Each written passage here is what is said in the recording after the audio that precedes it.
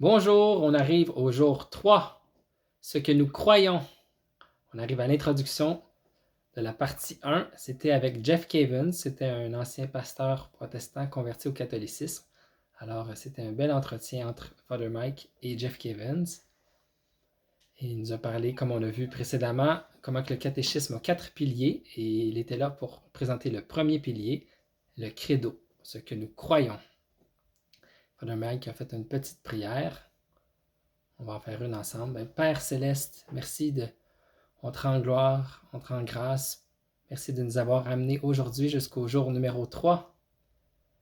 Et viens nous aider à en savoir plus sur toi, à connaître notre identité profonde de créature bien-aimée. Toi qui nous as adoptés par le baptême, qui as fait de nous tes fils, tes filles, viens nous aider à te connaître comme notre Père. Aide-nous à te connaître, à apprendre à mieux connaître le Père, le Fils, l'Esprit Saint, puis à nous attirer dans ton amour.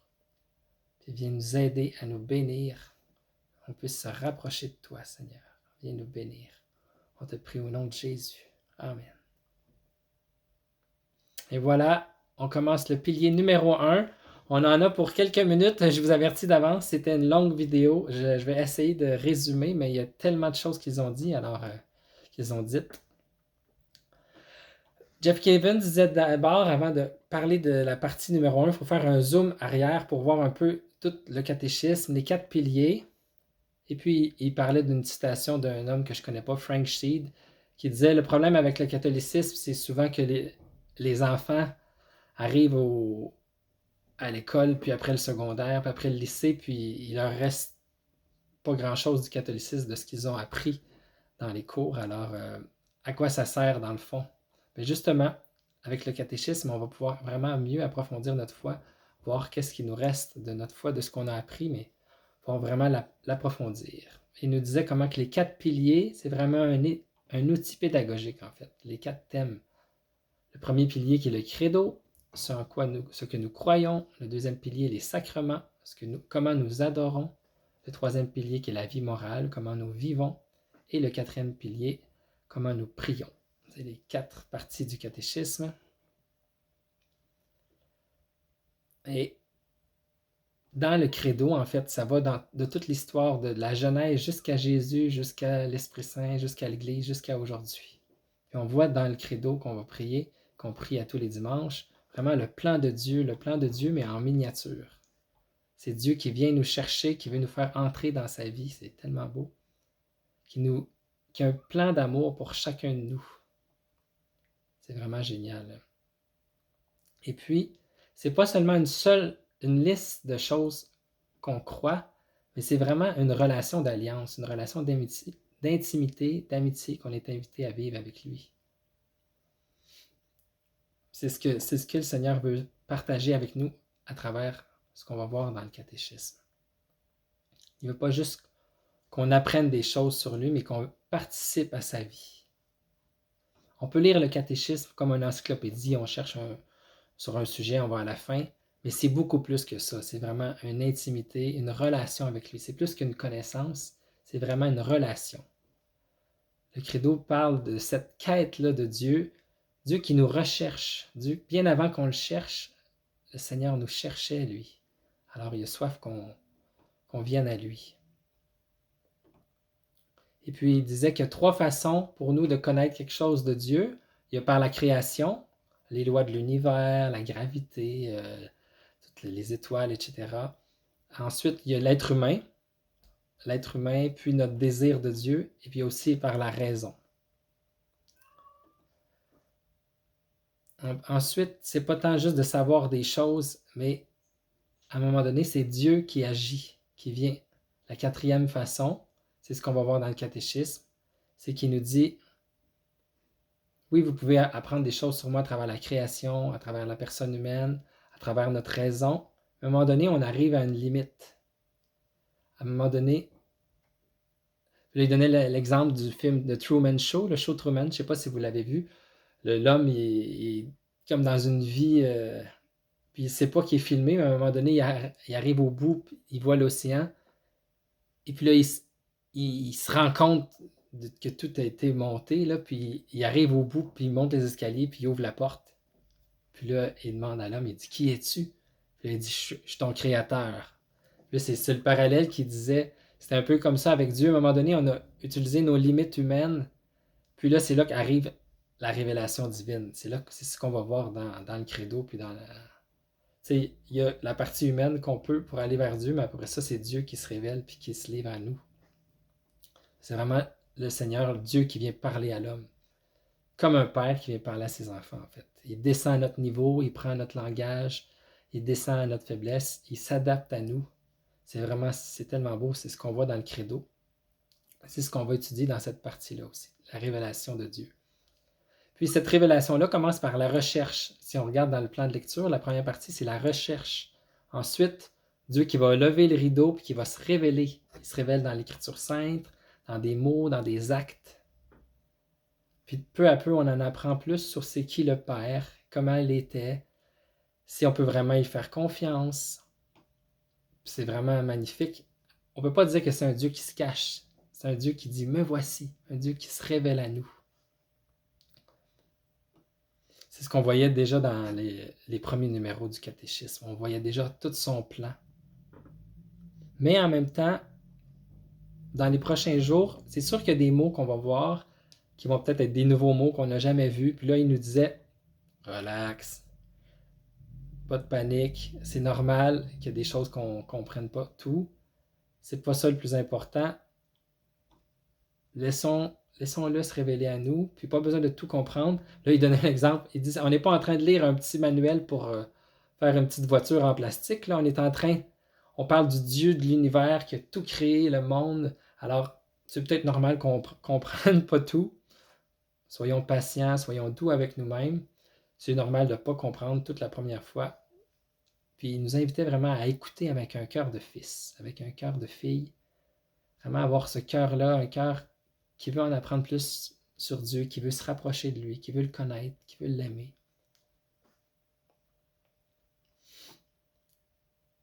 Voilà, c'est vouloir en savoir plus sur lui, se rapprocher de lui, mais avec un cœur ardent, mais avec la patience aussi, parce qu'il y a beaucoup de contenu dans le catéchisme, pas avoir peur de pas tout comprendre.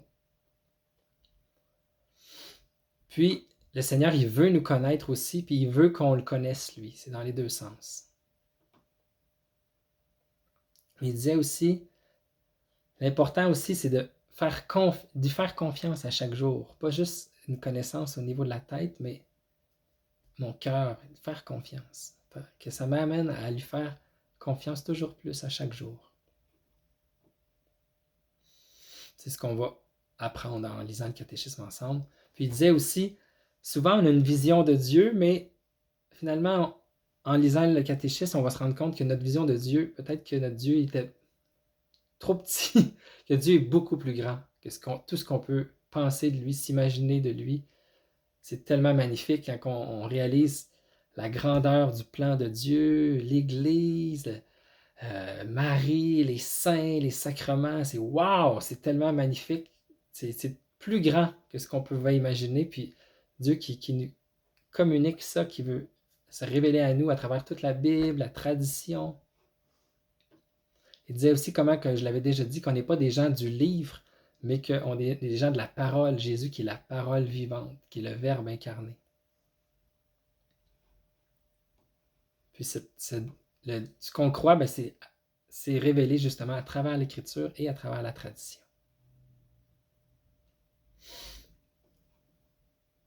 Ensuite, il parlait de l'importance de la succession apostolique, les apôtres. On croit que c'est les premiers apôtres et qui ont enseigné jusqu'à aujourd'hui, les évêques d'aujourd'hui, c'est le même dépôt de la foi, ça n'a pas changé. On ne peut pas enlever des choses ou en rajouter. C'est cet enseignement-là de Jésus aux apôtres jusqu'à nous. Dans la foi, on croit que c'est vraiment ça, l'enseignement du Christ. C'est magnifique. Puis, avec toute la tradition. Puis on garde ce cœur-là confiant. Le même cœur confiant que les disciples avaient envers Jésus quand il les enseignait. Puis on va se rendre compte aussi que toute la tradition, je l'avais dit un peu dans une autre des vidéos, qu'on a vraiment des géants qui nous ont précédés. On est des petits nains sur les épaules de géants. Puis on reçoit tout cet héritage-là, c'est magnifique. Puis on est appelé à vivre de cette vie-là, puis de se laisser guider par l'Esprit Saint pour recevoir ça comme un cadeau. Puis il y a plein de choses qu'on va apprendre, qu'on va mieux comprendre notre foi, comment Jésus est pleinement Dieu, pleinement homme. Puis il y a plein de petits détails dans le credo qui ne sont pas des détails justement sur la grandeur de notre foi, mais ça fait référence à un paquet de choses, un paquet de conciles, un paquet de débats, plein de saints. Il y a eu toutes sortes de choses. Souvent, il y a eu des erreurs, des hérésies, mais qu'on a fallu corriger après. Ça a pris des années. Il y a beaucoup de temps derrière nous, mais c'est tout cet héritage-là qu'on dit, qu'on prie dans le credo, et qu'il y a vraiment des géants, des enseignements de géants qui nous précèdent. Puis il donnait l'exemple d'un orchestre aussi. Dans un orchestre, souvent on arrive à un orchestre, on ne connaît pas le nom de tous les musiciens, mais on connaît le chef d'orchestre. Puis là, il disait, mais le chef d'orchestre, c'est l'Esprit Saint. C'est lui qui a inspiré l'Église. On lui fait confiance. On lui fait confiance, c'est lui le chef d'orchestre. On se laisse guider par lui. Qu'on puisse avoir ces cœurs-là confiants. Dieu qui se révèle en mots puis en actes. Puis il donnait l'exemple de Matthieu 7, 21. Ce ne sont pas ceux qui me disent Seigneur, Seigneur qui entreront dans le royaume, mais seulement ceux qui font la volonté de mon Père qui est aux cieux. Dieu veut notre cœur, Dieu veut notre oui. Puis on apprend justement par cette révélation-là que ça nous prépare à répondre à Dieu. Puis il disait, cette réponse-là, on appelle ça l'obéissance de la foi. J'en avais parlé. On voit ça dans Romains 1. L'obéissance de la foi, puis ça va nous servir dans les autres piliers aussi, dans les sacrements, la vie morale, la vie de prière. Il faisait une distinction aussi entre la croyance puis la foi, la vraie foi. On peut avoir des croyances en telle chose, mais il faisait la distinction entre la croyance et la foi. La foi, c'est beaucoup plus profond. C'est vraiment une adhésion profonde. Et il disait aussi, Benoît XVI, et il citait Benoît XVI, il disait qu'il y a comme deux aspects à la foi. Il y a un consentement intellectuel. Oui, je crois que ça, c'est vrai. Je crois à telle chose. Oui, je crois que c'est vrai. Mais ensuite de ça, il y a une confiance personnelle envers cette vérité-là. Il y a vraiment deux aspects. Il donnait l'exemple, par exemple, oui, tu peux dire que tu crois que la bienheureuse Vierge Marie est la mère de Dieu. Oui, ok, c'est bon. Mais maintenant, est-ce que tu lui fais confiance? Est-ce que tu te mets en acte? Est-ce que tu la pries? Est-ce que tu lui demandes son intercession? Tu sais, c'est deux choses. Croire, oui, que c'est Marie, c'est la mère de Dieu, mais maintenant, fais-lui confiance, puis c'est ta mère, alors prie-la et aie une relation avec lui. En tout cas, il faisait cette distinction-là. Il y a, oui, le consentement intellectuel, mais ensuite, une invitation personnelle à la confiance en cette vérité-là. Avoir confiance personnelle envers cette vérité-là. Très important. La foi sans les œuvres est morte. Oui, je crois, Seigneur, mais maintenant, je vais me confier à toi. C'est ça la foi de la Bible. Ça va toujours être ça, une foi profonde. Puis, à mesure qu'on va avancer dans le credo, c'est sûr qu'il y a des choses qui nous sont familières. À la messe, on dit le credo à chaque dimanche. Alors, mais là, ça va prendre une profondeur de plus en plus de comprendre ce à quoi on croit, en qui on croit.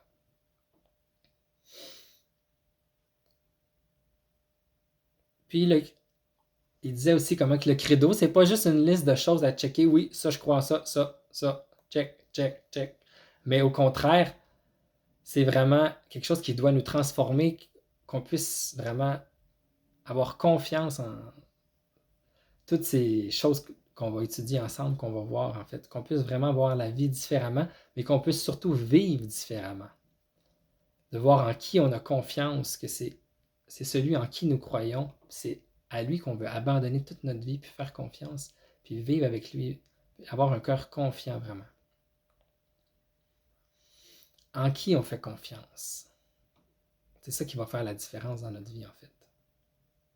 Puis c'est ça qu'on veut vivre pendant cette année où on va lire le catéchisme. C'est beau, hein?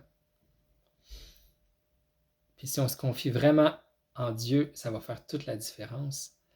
Puis là, il l'a répété encore, on va le répéter toute l'année, je pense. C'est pas juste des informations, mais c'est une transformation. Une transformation du cœur, une conversion du cœur à laquelle on est invité. vraiment de grandir dans notre relation avec lui. C'est vraiment magnifique.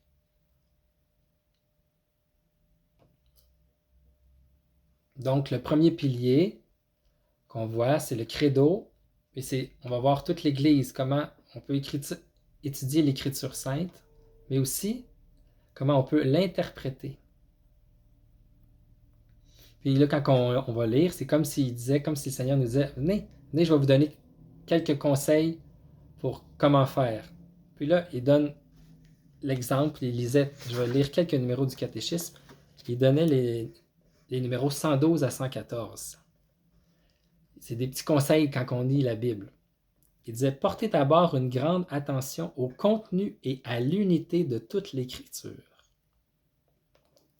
Qu'est-ce que ça veut dire, ça? Ça veut dire, quand je lis tel épître de Timothée, je fais aussi attention à ce qui est écrit dans l'Évangile de Marc, ou quand je lis l'Exode, je fais aussi attention au livre du Lévitique. C'est un tout. On ne peut pas juste isoler un livre ou une citation. Toute la Bible, c'est un tout. C'est très important. Tout est un ensemble. Ensuite, le deuxième conseil, lire ensuite l'Écriture dans la tradition vivante de toute l'Église. Il y a la Bible, il y a aussi toute la tradition, parce que l'Église, c'est le pilier, le soutien de la vérité. C'est l'Église qui a dit que la Bible, c'était la parole inspirée de Dieu. C'est beau, hein? C'est audacieux, mais... Puis il citait Saint Augustin qui dit « Je ne saurais même pas que c'est la parole de Dieu si l'Église ne me l'avait pas dit. » C'est fort. Alors, oui, la Bible, mais la tradition aussi. Alors, lire l'Écriture dans la tradition vivante de toute l'Église. Et le dernier conseil, être attentif à l'analogie de la foi. Qu'est-ce que ça veut dire, l'analogie de la foi? C'est la cohésion de toutes les vérités de la foi entre elles, puis voir le projet total de toute la révélation. Qui donne des petites directives importantes pour comment lire la Bible. Puis il disait, c'est comme si on est un carré de sable, mais là, comment bien rester à l'intérieur, puis pouvoir bien jouer dans le carré de sable. C'est une image, là, mais voilà. Il nous donne la recette. Puis ensuite de ça, il nous parle des sens de l'écriture, les numéros 116 à 118. Là, ça va être comment vraiment, quand on lit la Bible, bien extraire tout le jus, là, la saveur Mais il y a d'abord au numéro 116 qui nous parle du sens littéral. Le sens littéral, c'était quoi l'intention de l'auteur dans le texte? C'est quoi sa première intention? Et ensuite, il y a le sens spirituel. Il y a le triple sens spirituel qu'on dit. Il y a le premier sens spirituel qui est le sens allégorique. C'est comment ça nous rapporte, comment ça parle du Christ. Quand on lit un texte, par exemple, de l'Ancien Testament. L'autre sens, c'est le sens moral. Ça veut dire comment ça se rapporte à ma vie, à ma conduite. Et le sens anagogique, un autre mot, ça veut dire comment ça se rapporte au futur, au ciel, à l'avenir. Voilà, ça c'est 3 petits numéros qui citaient du catéchisme. Puis c'est des instructions en fait que l'Église nous donne pour qu'on puisse vraiment approfondir la révélation, essayer de la comprendre par nous-mêmes. Puis on dit souvent que dans la Bible, que l'Ancien Testament est révélé dans le Nouveau et que le Nouveau Testament était caché dans l'Ancien. Fait vraiment, c'est un.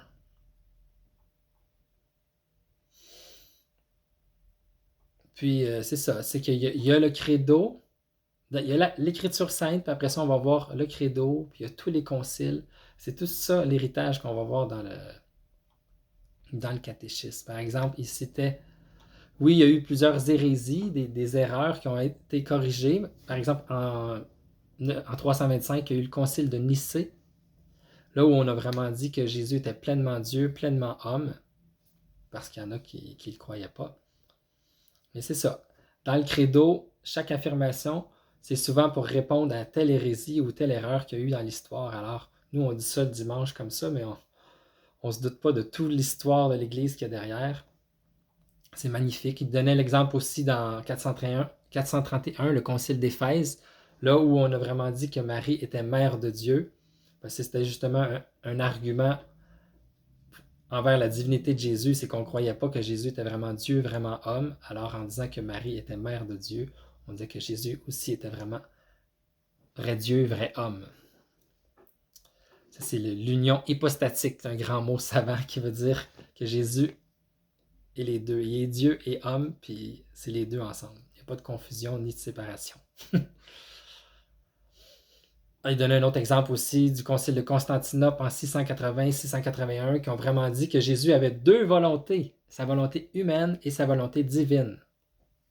C'est pas dans les Écritures, mais c'est à travers les années qu'on a mieux compris des choses des Écritures. Vous voyez, à travers la tradition, c'était déjà en germe, mais on a compris mieux le mystère de Dieu à travers cette tradition-là qui vient jusqu'à nous, qui vient à travers le credo. Bon, on a perdu la Sainte Famille. on va la remettre. C'est important quand même.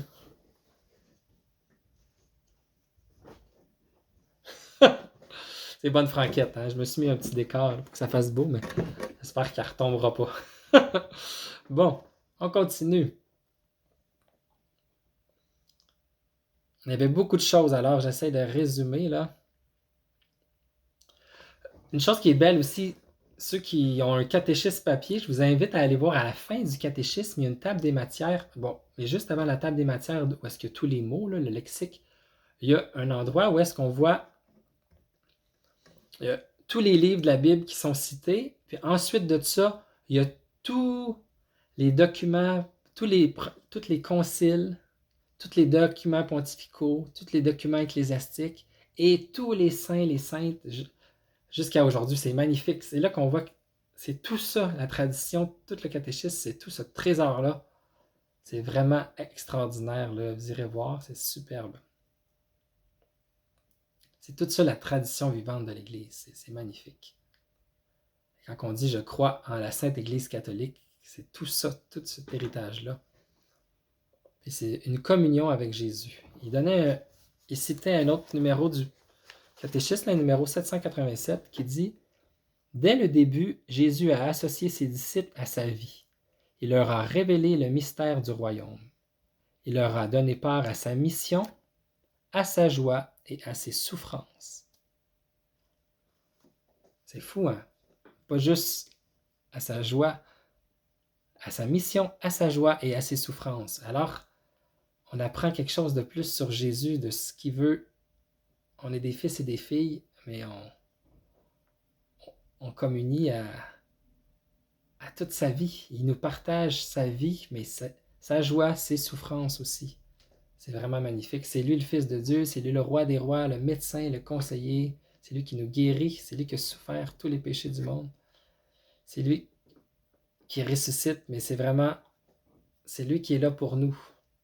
Puis nous, on est les bénéficiaires de tout ça. C'est vraiment magnifique. Il a tout partagé avec nous. Sa mission, sa joie, ses souffrances. Puis c'est ça, il disait, c'est là qu'on peut voir en étudiant le premier pilier, que finalement, ce que disait Satan dans le jardin d'Éden, qu'il avait vraiment menti à Adam et Ève quand il leur dirait que Dieu allait leur retirer quelque chose. Il dit au contraire, Dieu ne leur retire pas quelque chose, il partage tout avec eux. Il a choisi de partager tout avec nous. C'est magnifique. C'est vraiment une invitation à partager sa vie, sa bénédiction avec nous, avec les autres. Fait qu'il dit, juste ça, ce petit extrait-là, c'est 2 lignes, mais c'est vraiment du gros steak, là. Du gros steak à méditer puis à vivre.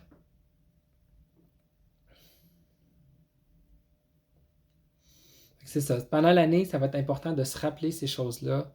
Puis il disait aussi un peu plus loin, des fois d'aller relire le numéro 1. Le numéro 1 qui nous rappelait le plan de Dieu de pure bonté sur toute l'humanité, qui veut qu'on le cherche, qu'on l'aime, c'est de se rappeler ça, qu'est-ce qu'on voyait dans le numéro 1. Puis là, il disait, quand on lit n'importe quel numéro, des numéros plus compliqués dans toutes les parties, de se rappeler, le plan de pure bonté de Dieu, le numéro 1, que c'est vrai pour toujours, pour maintenant, pour toujours. Puis que le catéchisme, c'est comme un peu le livre de jeu, c'est la carte, le mode d'emploi de comment bien vivre avec lui. Puis justement, il disait, bon, on a 2 livres importants, notre Bible puis notre catéchisme, puis avec ça, on a tout un héritage, puis ça nous aide à nous rapprocher de lui. C'est notre héritage. Après ça, Father Mike rappelait aussi qu'à la fin du prologue, on a vu le numéro 25, qui est tellement beau, qui nous dit comment que, oui, il y a toute la doctrine qu'on a vue, mais il ne faut pas oublier que le but ultime, c'est l'amour. Que tout ça, que tout acte qu'on doit vivre va être motivé par l'amour, qu'on a été créé par l'amour, puis que ça doit arriver à l'amour. Alors ça replace les choses au bon endroit. C'est ça le contexte, le plan de pure bonté de Dieu sur nous, puis aussi que tout est destiné à l'amour, amené à l'amour. Magnifique. C'est ça le premier pilier. Il disait aussi, dans le catéchisme, on va avoir des petites, à la fin des chapitres, il y a des petits numéros en bref. Ça va être un peu le résumé de ce qu'on a vu en formule plus brève. Et là, il nous lisait le numéro 1060, qui est comme le dernier numéro en bref de toute la partie du credo. Et ça dit, à la fin des temps, le royaume de Dieu arrivera à sa plénitude. Alors les justes régneront avec le Christ pour toujours, glorifiés en corps et en âme, et l'univers matériel, lui, sera même sera transformé. Dieu sera alors tout en tous. 1 Corinthiens 15, 28, dans la vie éternelle. Dieu sera tout en tous. C'est magnifique. Fait qu'on est tous là pour ça. Dieu va être tout en tous. C'est une bonne nouvelle au début, c'est une bonne nouvelle à la fin. C'est magnifique. Maintenant, on est prêt à vivre ça, puis on veut laisser Dieu nous conduire. C'est magnifique. Fait qu'à chaque jour, on va se rapprocher. Puis le credo, on est conscient aussi que c'est la partie la plus longue du catéchisme. C'est vraiment un long voyage. Puis il disait aussi que chaque partie est dans cet ordre-là, mais une découle de l'autre, puis ensuite, il y a le credo, mais après ça, il y a les sacrements qui découlent de ça. Des sacrements découle notre vie morale, puis de notre vie morale découle notre prière. Alors, tout est imbriqué l'un dans l'autre. C'est ça qu'on croit. Les sacrements, c'est ce que nous croyons. La vie dans le Christ, c'est ce que nous croyons. Puis la prière, c'est ce que nous croyons. Fait que tout part du credo de cette première partie-là. C'est vraiment notre premier pilier. C'est comme une ancre qu'on lance, puis on peut s'appuyer sur ça. C'est magnifique. Qu'on demande au Seigneur, Seigneur, aide-nous à te faire confiance. De ne pas se décourager. C'est vraiment c'est l'Esprit Saint qui nous inspire. C'est lui qui a été donné à la Pentecôte. Alors de l'accueillir comme une douce rosée qui vient en nous. Et oui, il y a des tempêtes, mais il y a aussi la douce rosée de l'Esprit Saint. Il y a des jours qui vont être plus durs, des jours qui vont être plus faciles, mais le Seigneur est toujours là comme une douce rosée. On va continuer à l'écouter, à rester fidèle. Le Seigneur lui-même est toujours fidèle. Et il va passer à travers ça. Puis pour terminer, il nous invitait d'une façon particulière à prier pour Father Mike, puis lui prie pour nous aussi. J'aurais le goût de nous dire, prions les uns pour les autres, priez pour moi, c'est tout un gros projet que je viens de m'embarquer, mais prions pour Father Mike, c'est toute une mission qui est là. Et prions pour chacun de nous, qu'on puisse se supporter dans cette grande aventure. Alors, c'était ce que j'avais à vous partager pour aujourd'hui. Alors, j'ai bien hâte à demain. On va commencer la première partie du catéchisme avec le credo. Merci beaucoup. Prions les uns pour les autres. À demain.